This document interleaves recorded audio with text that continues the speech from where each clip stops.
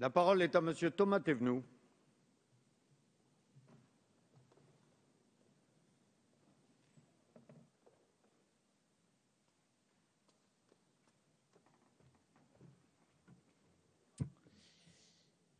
Monsieur le Président, Monsieur le Ministre, mes chers collègues,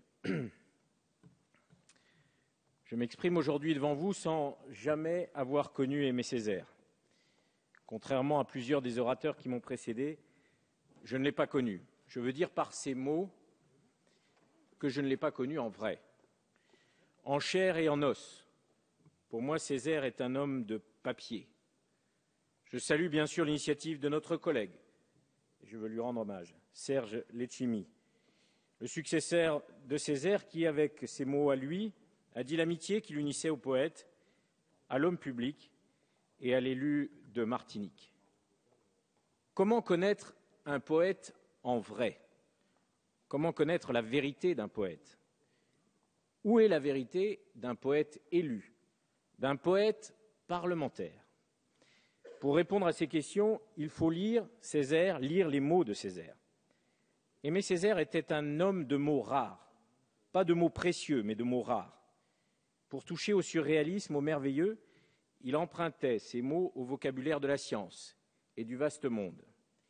Il se nourrissait des mots de la botanique, de l'astrologie, de l'agronomie, de la faune et de la flore, et d'abord les mots de son île, car Aimé Césaire était avant tout un îlien. Sa poésie est une poésie de l'enfermement, des limites, des rivages qu'il faut quitter, et une poésie du retour au pays natal. Avec ces mots, il désigne par exemple les ragades de nos lèvres d'Orénoque désespérées. Il identifie les marques plus butyreuses que des lunes de nos visages. Il nomme les haïsseurs, les bâtisseurs, les traîtres, les hougans. Il force la membrane vitéline qui nous sépare de nous-mêmes. Ces mots, il les recopie dans les dictionnaires et dans les encyclopédies de la bibliothèque de l'Assemblée nationale, où sur du papier à en-tête, bleu, blanc, rouge, naissent les brouillons de ses poèmes. Mais cet homme de mots est aussi un homme de dissidence. C'est le nom qu'on donna aux Antilles à ceux qui défièrent le pouvoir pétainiste, le nazisme et son supplétif zélé, le fascisme colonial d'occupation. C'est l'appel de 1941 qui ouvre le premier numéro de la revue Tropique et qui marque l'avènement du discours chez le poète. Avant même d'être élu pour la première fois en 1945, Césaire appelle à la mobilisation collective. Nous sommes de ceux qui disent non à l'ombre. Nous savons que le salut du monde dépend de nous aussi, que la terre a besoin de n'importe lequel d'entre ses fils, les plus humbles, l'ombre gagne. Ah, tout l'espoir n'est pas de trop pour regarder le siècle en face. Les hommes de bonne volonté feront au monde une nouvelle lumière, mais il n'est plus temps de parasiter le monde, c'est de le sauver. Plutôt qu'il s'agit, il est temps de se ceindre les reins comme un vaillant homme. Cet appel de 1941, qui était le premier texte publié d'Aimé Césaire depuis le Cahier parisien de 1939, est capital pour comprendre son œuvre, son engagement et son action à venir. L'appel de 1941, c'est l'ouverture au combat internationaliste. C'est la naissance d'un peuple qui se lève, qui s'exprime et qui se crée. C'est le prolongement du message, des valeurs, de l'universalisme des valeurs de la Révolution française.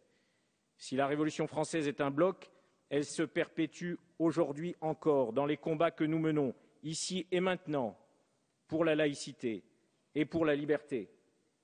Parlons-en de la laïcité et de la liberté en rappelant ces mots de Césaire dans Les armes miraculeuses. Mais Dieu, comment ai-je pu oublier Dieu? Je veux dire la liberté. Et si la vérité de la politique résidait dans les mots choisis par les poètes, des mots choisis par les poètes parlementaires? À l'heure où tous nous nous interrogeons sur la vérité en politique, ces questions méritent d'être posées. Pourquoi, sinon, faire de la politique au moyen de la poésie? D'autres que Césaire s'y sont engagés, on les a rappelés.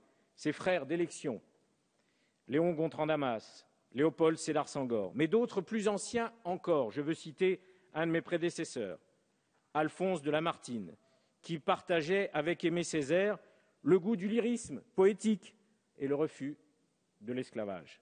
Je n'oublie pas qu'un des derniers à avoir défendu ici même Alphonse de Lamartine à cette tribune fut Victor Schœlcher, celui qui abolit l'esclavage. La Seconde République, celle qui abolit l'esclavage, fut aussi celle qui a grandi la démocratie. La démocratie, elle se nourrit d'actes et de faits, elle se nourrit surtout de mots. C'est la raison pour laquelle il y a toujours besoin, et il y aura toujours besoin, de poètes parlementaires.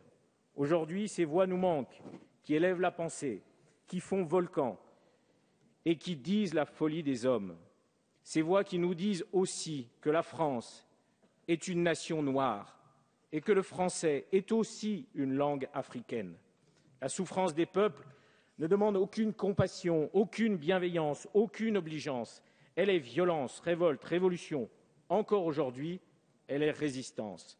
C'est pourquoi nous sommes, en tant que parlementaires, d'insolites bâtisseurs. Tant pis si la forêt se fane en épi de Pereskia. Tant pis si l'avancée est celle des fourmis tambocha. Tant pis si le drapeau ne se hisse qu'à des hampes desséchées. Tant pis si l'eau s'épaissit en latex vénéneux, préserve la parole, rend fragile l'apparence, capte au décor le secret des racines.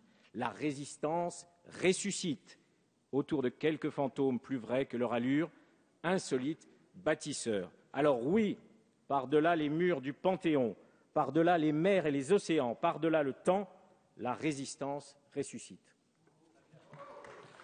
Merci.